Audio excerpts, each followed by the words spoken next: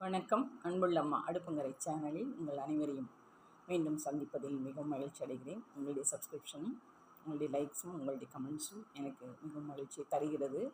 மேலும் உங்கள் ஆதரவு தொடர்ந்து கொண்டே இருக்க கேட்டுக்கொள்கிறேன். இன்றைக்கும் ஒரு நல்ல உபயோகமான ஒரு தகவலை பதிவிடுகிறேன். உங்களுக்கு குழந்தை பிறந்த இடம் வீட்டில், இல்லை ப்ரெக்னெண்ட்டாக இருக்கிற வீட்டில், இல்லை குழந்தை பிறந்து ஒரு மாதம் 15 நாள் ஆன வீட்டுக்கு ரொம்ப உபயோகமாக இருக்கும். என்னுடைய இந்த பதிவு உங்களுக்கு உண்மையிலே ஒரு நல்ல ஒரு தகவலை கொடுக்கும். வாங்க வீடியோக்குள்ளே போகலாம். ஒரு வசம்புங்கிறது வசீகரிக்கும் தன்மை உள்ளதுனால வீட்டில் பொதுவாகவே நான் சாமிக்கிட்ட வாங்கி வச்சுருவேன். அது அந்த பணம், அந்த நேர்மறை, அந்த சக்திகளை இருக்கக்கூடிய ஒரு பண்பு இதுக்கு உண்டு. எங்கெங்கே இதனுடைய வாசம் இருக்கோ அங்கே மகாலட்சுமி வாசம் உண்டு. நன்மைகளும் அந்த பணத்தோட ஈர்ப்பும் அதில் நிறையா கிடைக்கும்னு சொல்லுவாங்க. அதனால் நான் எப்போயுமே சாமிக்கிட்ட 2 வாங்கி வச்சுருவேன். இது பிள்ளை வளர்ப்பான் குழந்தைங்களுக்கு நன்மை செய்வதோட வீட்டில் அது ஒரு அருமருந்து, அது கை மருந்து. அதே சமயம் சாமிக்கிட்ட வச்சுருந்தோம்னா அது ஒரு ஈர்ப்பு சக்தி அதற்கு அதிகமாக உண்டு. நேர்மறை ஆற்றலை நமக்கு வீட்டுக்குள்ளே கொண்டு வரும்னு ஒரு ஐதீகம். அதனால் அது எப்பயுமே சாமிக்கிட்ட ஒரு 2 வாங்கி வச்சுருவேன். நான் குழந்தை பிறந்த வீட்டில் எப்பயுமே பேர் சொல்லாதது கட்டாயம் இருக்கணும்னு சொல்லுவாங்க. இந்த குழந்தை கையில் கூட அந்த பால் பாசி, அந்த பேர் சொல்லாதது சின்ன சின்ன உருண்டையாக கையில் குழந்தை கையில் அந்த காப்பு மாதிரி போடுவாங்க, இல்லை கழுத்தில் போட்டுருவாங்க.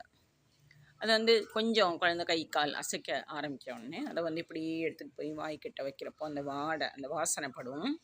அதே மாதிரி அது வாயிலையில் கொஞ்சம் சப்பினா கூட அந்த வசம்போட அந்த சாறு வயிற்றுக்குள்ளே போகும். செரிமானத்திற்கு நல்லாயிருக்கும்.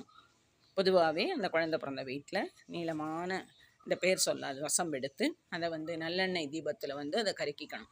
கருக்கி எடுத்து அதை கொஞ்சோண்டு ஒரு சொட்டு தாய்ப்பாலில் கலந்து நாக்கில் தடவணும். வயிற்று பகுதியில் தொப்புளில் தடவிடணும். அதே சமயம் நெத்தியில் திருஷ்டி மாதிரி இங்கே வைக்கணும். இந்த மூக்குக்கிட்டையும் வைப்பாங்க. அந்த வாசனை, அந்த பேர் சொல்லாதோட வாசனை அந்த குழந்தையோட உடலுக்குள்ளே போக போக நிறைய அதுக்கு மாற்றங்களை கொடுக்கும். அது பிள்ளை வளர்ப்பான்னே பேர். அந்த பேர் சொல்லாதது பேரே பிள்ளை வளர்ப்பான்னு பேர். அது குழந்தைய வளர்க்குறதுக்கு அவ்வளோ ஒரு உதவியாக இருக்கும். அதை கட்டாயம் ஒவ்வொரு குழந்தை பிறந்த வீட்லையும் கட்டாயம் அதை பயன்படுத்தணும். அந்த செய்கின்ற அந்த முறை என்னங்கிறது பெரியவங்க மூலமாக தெரிஞ்சுக்கணும். ஒன்றும் இல்லை, நம்ம தீபம் விளக்கேற்றோம் இல்லையா, அதில் நல்லெண்ணெய் ஊற்றி நம்ம விளக்கேற்றோம். அந்த ஜுவாலையில் அந்த வசம்பை நுனியை நல்லா கொஞ்சம் கொஞ்சமாக கருக்கி வச்சுக்கணும். அதே மாதிரி இப்போ குழந்தை ஏதோ வயிற்று வலிக்குன்னு அழுது அந்த மாதிரி செய்யுது, இல்லை லூஸ் மோஷன் போகுதுன்னு கொஞ்சோண்டு அந்த கருக்கு எடுத்து தேனில் நல்லா குழச்சி நாக்கில் லைட்டாக தடவி விட்டிங்கன்னா அந்த தேன் உள்ளே போகிறப்போ, இந்த வசம்பு உள்ளே போகிறப்போ வயிறு அந்த செரிமானத்தை நார்மல் பண்ணும். அப்படியும் பண்ணலாம். அதுவும் குழந்தைங்களுக்கு ரொம்ப உபயோகமாக இருக்கும்.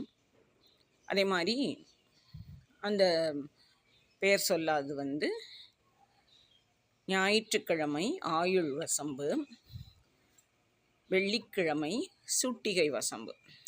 அது தெலுங்குல எங்களுக்கு அப்படி சொல்லுவாங்க. சுக்கிரவாரம் சூட்டிகை வச, புதவாரம் புத்தி வச, ஆதிவாரம் ஆயுஷ் வச அப்படின்னு எங்கள் மாமியார் சொல்லுவாங்க. ஸோ ஞாயிற்றுக்கிழமை இத்தினோண்டு எடுத்து நாக்கில் லைட்டாக தலை விட்டு, புதன்கிழமை அதே மாதிரி லைட்டாக தாய்ப்பாலில் இத்தினோண்டு நாக்கில் தடவி விட்டால் அது ஒரு டேஸ்ட்டு. அந்த டேஸ்ட்டு நாக்கில் போகிறப்போ அது வெள்ளிக்கிழமை அந்த சூட்டிகை வசன்னு சொல்லுவாங்க.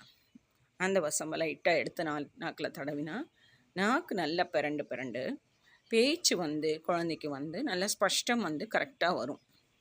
ஸோ அது அந்த ஒரு 6 மாதம் 8 மாதம்தான் அதை செய்ய போகிறோம்.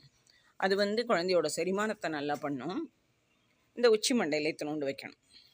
அது மாதிரி அது வாயில் நாக்கில் வைக்க வார்த்தை பேசுகிறதுக்கு நாக்கு அது நம்மளை கவனிச்சுட்டே இருக்கும். நம்ம பேசுகிறத குழந்தை கவனிச்சுட்டே இருக்கும். ஸோ அது மாதிரி நாக்கை சொல்லி பேசுகிறதுக்கு அது ட்ரை பண்ணும்.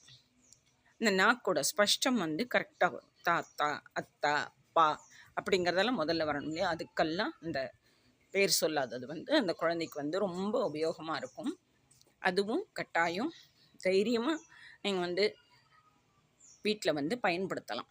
நார்மல் டெலிவரியாக இருந்தாலும் சரி, சிசேரியனாக இருந்தாலும், அது சிசேரியனுங்கிறதும் நார்மல் டெலிவரிங்கிறதும் அம்மாவோட சேர்ந்தது. அம்மாவுக்கு தான் நம்ம வந்து பத்திரங்கள் பார்க்கணும். குழந்தை நார்மலாக வெளியில் வந்தாச்சுன்னா டாக்டர் மருந்துகள் கொடுக்கறதோட அது இத்தினோண்டு நம்ம பயன்படுத்தினோம்னா இந்த நாக்கு வந்து சீக்கிரமாக பிறண்டு வரும், பேச்சு வந்து நல்லா வரும். நாங்கள்லாம் அந்த மாதிரி தான் எங்களுடைய குழந்தைகளை நாங்கள் வளர்த்து அழாக்கி அந்த தமிழ் ஸ்பஷ்டமும் நம்மளுடைய மதர் டங்கோட ஸ்பஷ்டம் வந்து சீக்கிரமாக அவங்களுக்கு கிடைக்கும். ஸோ அது ஒரு உபயோகமான ஒரு பதிவாக இருக்கும்னு நினைக்கிறேன். நிச்சயமாக அதை வந்து ஃபாலோ பண்ணுங்கள். அது வந்து குழந்தைங்களுக்கு பேச்சு நல்லா வர்றதுக்கும் செரிமான பிரச்சனைகள் நார்மல் ஆகிறதுக்கும் அது ஒரு நல்ல ஒரு மருந்து. பிள்ளை வளர்ப்பான்னே பேர், அது பேர் வசம்புன்னு பேர் சொல்லாதது. கடையில் போய் நம்ம வாங்க போகிறப்போ சாயந்தரத்துக்கு மேலே வாங்க போகிறோம்னா பேர் சொல்லாததுன்னு சொல்லி தான் வாங்கணும். அது நம்ம சைடு, தமிழ்நாட்டு சைடு இந்த பக்கம் அது வந்து கரெக்டாக புரிஞ்சுக்கிடுவாங்க. அதே மாதிரி அந்த மருந்து சாமான்லாம் விற்கிற கடையிலையும் கரெக்டாக அது கொடுத்துருவாங்க. நல்லா நீளமாக நல்லா விளைஞ்சதாக நீளமாக வாங்கி வச்சுக்கிட்டிங்கன்னு ஃபுல்லாக அது வந்து பயன்படுத்த சௌரியமாக இருக்கும். அப்படி இல்லைன்னு கொஞ்சம் கட் பண்ண மாதிரி இருக்குன்னு 4-5 வாங்கி வச்சுக்கோங்க. குழந்தை பெட்டு பக்கத்துலேயே ஒன்று போட்டு வச்சிடணும். அந்த வாடைக்கு வந்து எறும்பு அந்த மாதிரி ஈக்கள் வந்து குழந்தை பக்கத்தில் பால் வாடைக்கு வராது. ஸோ இது உங்களுக்கு ஒரு உபயோகமான பதிவாக இருக்கும்னு நினைக்கிறேன். எங்கே சின்ன குழந்தைங்க, பச்சை குழந்தைங்க வீட்டில் வச்சுருக்கீங்களோ அந்த இடத்துல கட்டாயமாக பேர் சொல்லாதது, வசம்பு, அந்த பிள்ளை வளர்ப்பான் கட்டாயம் பயன்படுத்துங்க. இந்த பதிவு உங்களுக்கு உபயோகமாக இருக்கும்னு நினைக்கிறேன். நீங்களும் முயற்சி பண்ணி பாருங்கள். உண்மையிலேயே நல்ல ஒரு ரிசல்ட்டை கொடுக்கும்.